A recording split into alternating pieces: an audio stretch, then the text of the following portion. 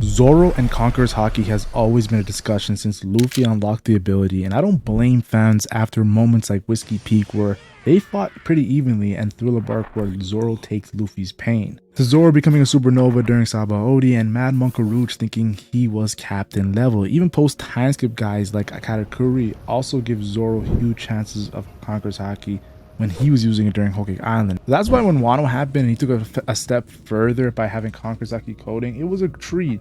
And with Scopper Gaban and Luffy calling Zoro out for having the Haki oozing out of him without him knowing, and pretty much saying he has poor control of Conqueror's Haki coding, this will lead to another major Zoro Haki boost. And we know what Kaido said during Wano, I always repeat it.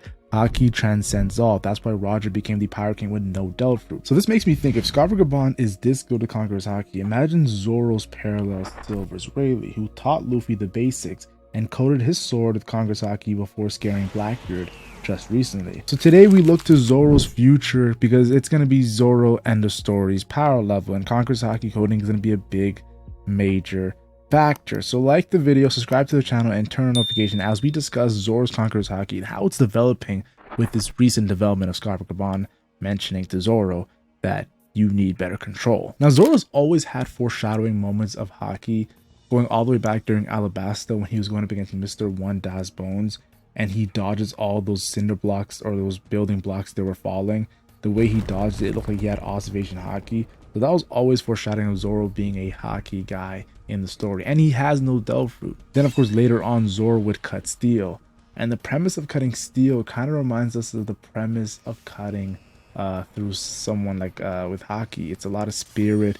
It's like cutting paper with also not being able to cut paper as well. It's very skillful, and swordsmanship is very Rio based, so it looks like Zoro always had foreshadowing, especially when he cut Das Bones, who was made of steel. That was always foreshadowing of Zoro having some sort of Haki in the future. Kind of like how Luffy breaking Don Krieg's steel was also foreshadowing to him getting Haki, because if you can break steel, then the next step is actually breaking a man with armament Haki. During Sabaody, I even saw a moment where Zoro was dodging Celestial Dragon bullets. Yes, when Celestial Dragon tried to shoot him, he dodged each bullet. Now this is probably a speed feat, but honestly the way he was moving, it could easily have been a observation Haki feat, because it definitely reminds me of moments of like when Luffy post timeskip is dodging bullets, when of course dodging the laser beams from the pacifist. It reminded me of that. So there's always like foreshadowing. I don't think it's Haki here, but it's like building up to Zoro reaching a Haki level in the future. Even the anime onlys understand Sabaody was definitely a Haki foreshadowing arc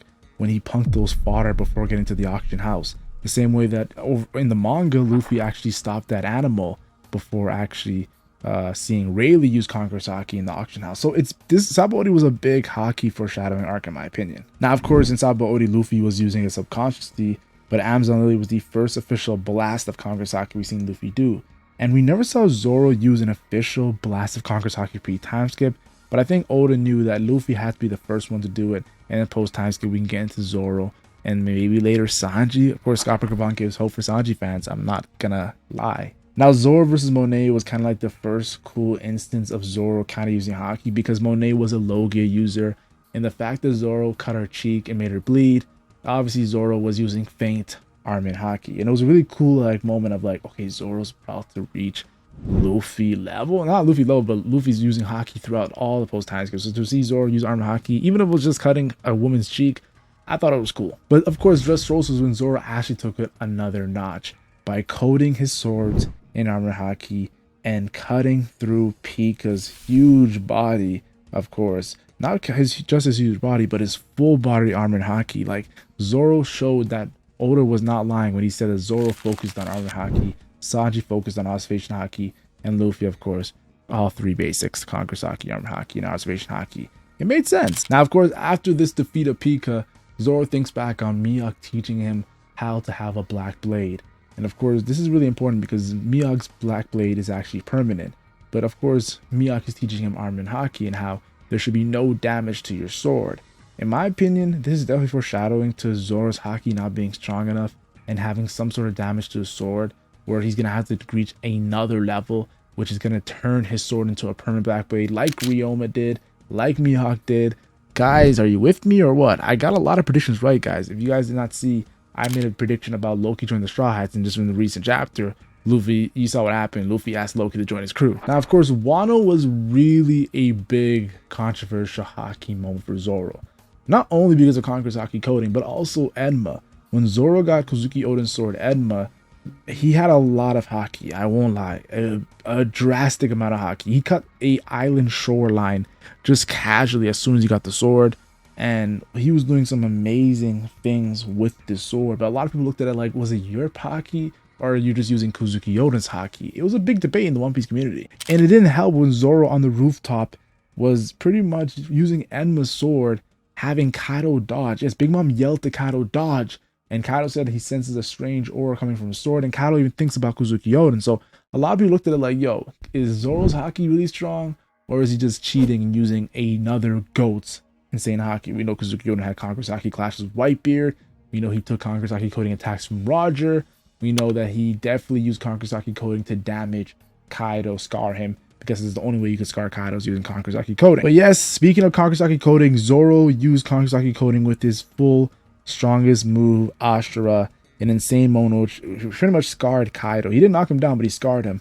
And maybe if he wasn't, all his bones weren't broken, his body from blocking the Big Mom and Kaido combo attack for a split second, maybe he could have knocked him down. But still, it was pretty cool that he scarred Kaido just like Kozuki Oden did, and he did it with Conqueror's Haki coding. And honestly, Ashura was also a pre-time skip move we haven't seen since pre-time skip, and that has some sort of demon Haki, in my opinion. That is definitely related to Haki Ashura. So the foreshadowing is something I didn't mention earlier, but it is. So it's pretty cool to see Oda adding Ashura and Conqueror's Haki coding and combining it. I loved it. And then Oda really took it up a notch with Conqueror's Haki coding against King. King is a Lunarian. His body is very durable. Pretty much comparable to Kaido, guys, if I'm being honest. Look how Luffy compared the the Seraphims to Kaido. And of course, Zoro had to use King of Hell mode. And he still, some of his Conqueror's Haki coding attacks still wasn't able to actually damage King. He had to wait for the flame on and flame off and all those moments. And then, of course, the final attack is what really actually put down King and actually took down one of his wings. So it showed that Zoro's Conqueror's Haki coding was insane. And he realized that, oh, the reason why I can't control Enma is because I have to actually pretty much let out all my Haki, which is his Conqueror's Haki. And he has to risk dying in doing so. And that's why Kozuki Oden was a monster, because this confirmed that Kozuki Oden controlled Enma with Conqueror's Haki coding. And a lot of people don't like to admit that because it wasn't really stated. But yes, Kozuki Oden was a Conqueror's Haki coding user. Why do you think? You look at Rayleigh, look at Scarpa-Gaban, Conqueror's Haki coding users. Kazuki Ono was on those guys' level. So yes, you gotta put some respect on this guy's name. There's a reason why he almost beat Kaido. Now, of course, in Egghead Island, Zoro really showcased the levels to the combat game in One Piece. Of course, fighting Lucci. It did take a while, but when Sanji did roast him, he did take it serious, and he scarred him pretty nasty. Now, of course, Lucci was still alive. He didn't get one-shot by Zoro, but still, that's a pretty nasty Conqueror's Haki coding attack that Zoro did to an awakened Zoan, Carnivore Zoan. You know how durable an awakened Carnivore Zoan is? So the fact that Zoro scarred him up that badly, it shows that his Conqueror's Haki coding is insane. I think that Conqueror's Haki coding attack was pretty cool. Now, of course, it shows also how durable Kaido is, that Zoro did a stronger attack and only pretty much didn't even knock him down, and Kaido fought Luffy and Yamato and everything. But still, I gotta say, guys, this was really showing the power that Zoro's Conqueror's Haki coding has. Then, of course, we also have to mention Venus Juro, the Gorosei member. We know the Gorosei all have Conqueror's Haki. We know they all have Conqueror's Haki coding. We know they're insanely durable, immortal, and Zoro clashed with Venus Juro. And of course, there was the whole argument or talk about, of course, the sword that Zoro had and the sword that Venus Juro had.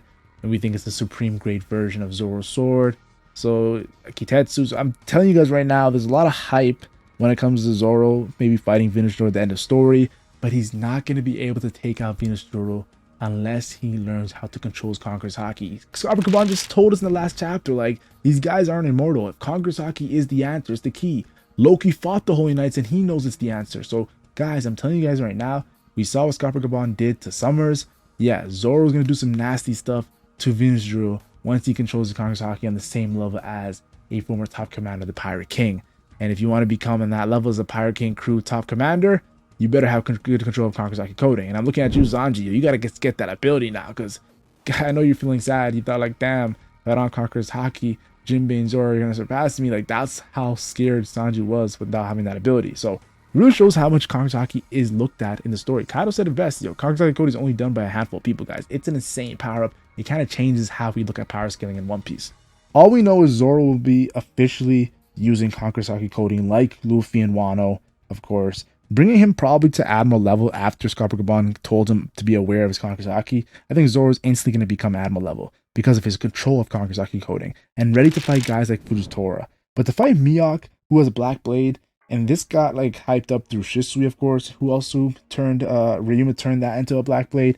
He will need 3 Black Blades. Yes, 3 insane Armor Haki, Conqueror's Haki coding on his swords, which will be an epic showing of Haki. But Scarpa and Rayleigh do gotta, like, they honestly do give Zoro and Sanji hype in the future and end the story of them being top 5 to top 10, end the story in the entire One Piece verse, which is crazy since they're not even captains of a crew. But I think Zoro definitely has multiple steps to go, controlling Conqueror's Haki coding and making his 3 swords a Black Blade. And that's why Zoro's Haki potential is actually fun to look at, guys, because we already know Luffy where he's heading with his Conqueror's Haki. But to see Zoro also heading to unfounded territories where we're looking at guys like the greatest swordsmen in the last 20 years were Shanks and Mihawk, guys. Some of the most strongest characters in the entire story, not just in the last 20 years, but in the entire history of the story, guys. Like, we saw what Scarpa said to Shanks: you were the child of destiny. You know, Mihawk is the world's greatest swordsman. We see how much powerful swordsmen are in the One Piece verse. So I love it. I love where One Piece is heading. And honestly, this was a fun treat that Oda gave us in the recent developments of Elbaf. Now, I must admit, I do have to talk about it. If Zoro does, who's now about to reach Admiral level, and he does pretty well on, of course, Elbaf, and then, of course, he does take on guy likes of Fujitora, takes on the likes of Shitty of the Rain, who has an invisible dove fruit and probably insane Haki as well. Then takes on the likes of Dracula Mihawk, the world's greatest swordsman. And Dracula Mihawk, of course, is obviously comparable to Shanks, who's pretty much the strongest Yonko, with the strongest Haki currently in the story compared to Joy Boy. Who is next for Zoro, guys? And a lot of people are going to think, yo, will there ever be a time in the One Piece verse? It sounds crazy because Zoro is so subservient to Luffy. He's so loyal to Luffy. He took on Luffy's pain. Will there be a time where we actually get a Whiskey Peak Part 2, where Zoro's controlling his Conqueror's Haki, where Zoro has 3 Black Blades, where we see what fans have been dying to see since Whiskey Peak: Luffy end the story versus Zoro end the story. Now, me personally, I just don't think it's gonna happen because I think Luffy is the captain. There's always been a gap between Luffy and Zoro. Luffy, especially with his Nika powers, his Gear 5 powers, while combining his Conqueror's Haki coding and Advanced Armor Haki with Future Sight. Look, we saw how Luffy versus Kaido went, and we saw how Kaido versus Zoro went during Wano. There's levels to this, guys. And I'm telling you guys right now, we also saw Lucci versus Luffy and Zoro versus Lucci. Luffy was playing around with Lucci, and Zoro, it took a while, and Sanji had to motivate him to get serious. I'm telling you guys right now, it's going to be the same thing in Elbaf. There's always been a gap between Luffy and Zoro. I love Zoro's potential, where he can go, but this only makes Luffy look good. The fact that Zoro has so much potential and he has some crazy skill sets with Haki, and Luffy, there's still a gap, shows that Luffy's not just going for strongest in the verse currently. He's going for the legends of Goldie Roger. He's going for the legends of Roxy Zebek. He's going for the legends of Joy Boy and the legends of the original Nika and the original, of course, Emu, and of course the original Serpent. Like, there's some crazy mythical creatures, and probably the empty throne guy who sits the empty throne, Emu. Luffy versus Emu is gonna be a really insane fight, but I think Zoro makes us look at Luffy different, and that's the good yin and yang we get from Luffy and Zoro. It also makes Sanji look good too. The fact that Scarpa is telling Zoro about Conqueror's Haki, Sanji's parallel Scarpa, Zoro and Sanji are going to be rivals. I think this was a win for every fan base. The Luffy fan base, Sanji fan base, especially the Zoro fan base. And yes, there's going to be arguments in the comment section like in every Zoro video, but I think it was definitely a treat what Oda gave us. I loved it.